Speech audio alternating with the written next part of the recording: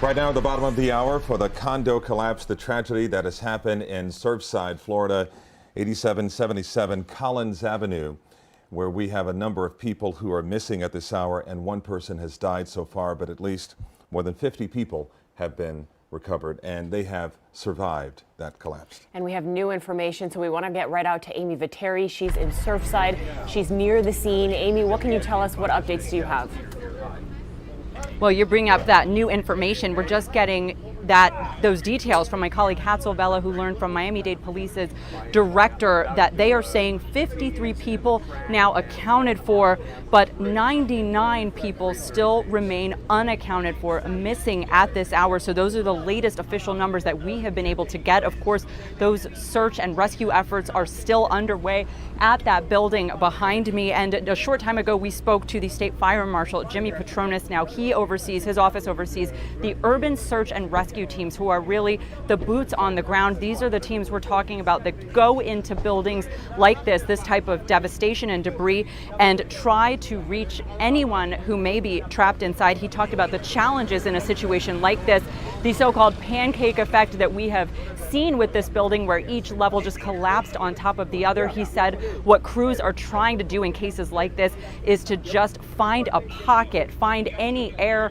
where they can create space to get in. They go in teams of 10 and 12 at a time. He says this, as you can imagine, is difficult, exhausting work, and then a new crew will go in. They spend just a few minutes at a time before they rotate in a fresh team. And of course, one of the most important resources they have been using out here today are those dogs who are helping them search through this rubble. And he spoke about that and other challenges here today. There's gifts that dogs receive from God that we'll never have, and it's an amazing how much of a role they play in the life saving of men and women in disasters like this. But the men and women that are doing this, I mean, they work on Christmas, they work on Thanksgiving, they work on holidays, and they work at 1:30 in the morning, that show up, and if you walk and you talk to them, they're just everyday, normal, good men and women. This is just the profession that they chose, and thank God that they do. And you heard him speaking there about the people here, as he said, first boots on the ground, very, very qualified. This is something they train for, and this is a situation they have dealt with in the past, a structure collapse. So the most qualified people out here trying to do this difficult work. And we also heard from Governor Ron DeSantis today, praising first responders for their efforts and talking about, moving forward, the next priority, which of course is to find housing, find a place for all of those who have been uprooted from their homes, and trying to instill hope, which you heard Glenna talking about, that they are still looking for people. This is not over, and really speaking about, what happens from here. Let's listen to what the governor had to say. The first responders, Miami-Dade County, they were on that scene before we knew whether there'd be more collapse. We didn't know whether the building had any structural integrity, and they were shepherding people to safety. And they absolutely saved people's lives, and so we really appreciate all that they have done and that they're continuing to do. I had an opportunity to meet with Mayor Cava and her team, as well as the mayor of Surfside, and we just toured around the complex to be able to see, and the TV doesn't do it justice. I mean, it is really, really traumatic to see the collapse of a massive structure like that. And so many people still unaccounted for. According to Miami-Dade Police, 99 people still missing, according to their latest count. And the governor and Mayor Daniela Levine Cava also speaking about partnering up with Red Cross, finding places to put the many who have been evacuated, those who have been displaced by this collapse. Also saying they're setting up hotels short-term for people to be able to go, and working right now on long-term accommodations. And speaking about next steps, of course, the big question, everybody wanting to know, so little information about what happened here, what caused this to happen, seemingly out of the blue. The governor mentioning engineers, of course, will be getting on scene, but that is not the focus right now. The focus is on trying to get access to that debris and locate anyone trapped inside. But of course, that investigation on what happened, those next steps, and finding those answers, which will be so important, that is what is coming next. And Amy, I'll send it back to you for now. And Amy, your interview with Petronas was so fascinating, because he really sort of walked us through what their biggest challenges were.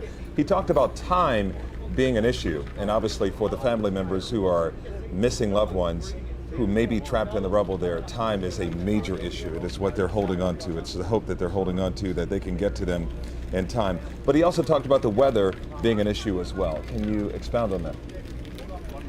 Absolutely. Look, he says they are not going to stop working, but some of the big factors that they're facing here, the rain doesn't make anything easier. We all know that. And of course, nightfall. That will be yet another challenge. We're already talking about extremely difficult conditions to see in that debris. It is dark, it is crowded, and when the sun goes down, they just have one more thing working against them. So what they are going to do, how they're going to proceed at that time remains to be seen. But he did say in that interview with us a short time ago that the work will not stop at that point. But of course, those are challenges that they are facing, and they want to make as much progress as they can during these daylight hours. For now, thankfully, the rain has subsided a bit. That can only help their efforts. But as you heard him say, they are going step by step, trying to find pockets of space in this building. And the primary concern is not to disrupt what they're doing, because disrupting one space of that building could of course cause debris to shift and cause danger to themselves or anyone potentially trapped in there. This is painstaking, exhausting work, and as you know, extremely difficult based on what they may be finding in that structure. And of course, that building not stable, so they do have to work very carefully, very slowly. Amy, thank you for your reporting. We did hear from the Miami-Dade Police Director, Freddie Ramirez. We want you to take a listen. 53 accounted for, 99 unaccounted for right now.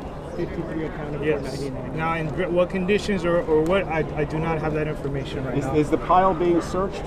There are fire rescues in there with their search team, with their dogs. It's a very dangerous site right now. I'm not a fireman, but what I know from listening to the briefings, it's very unstable, very dangerous, and those firemen are very brave to go in that rubble. They're doing everything they can.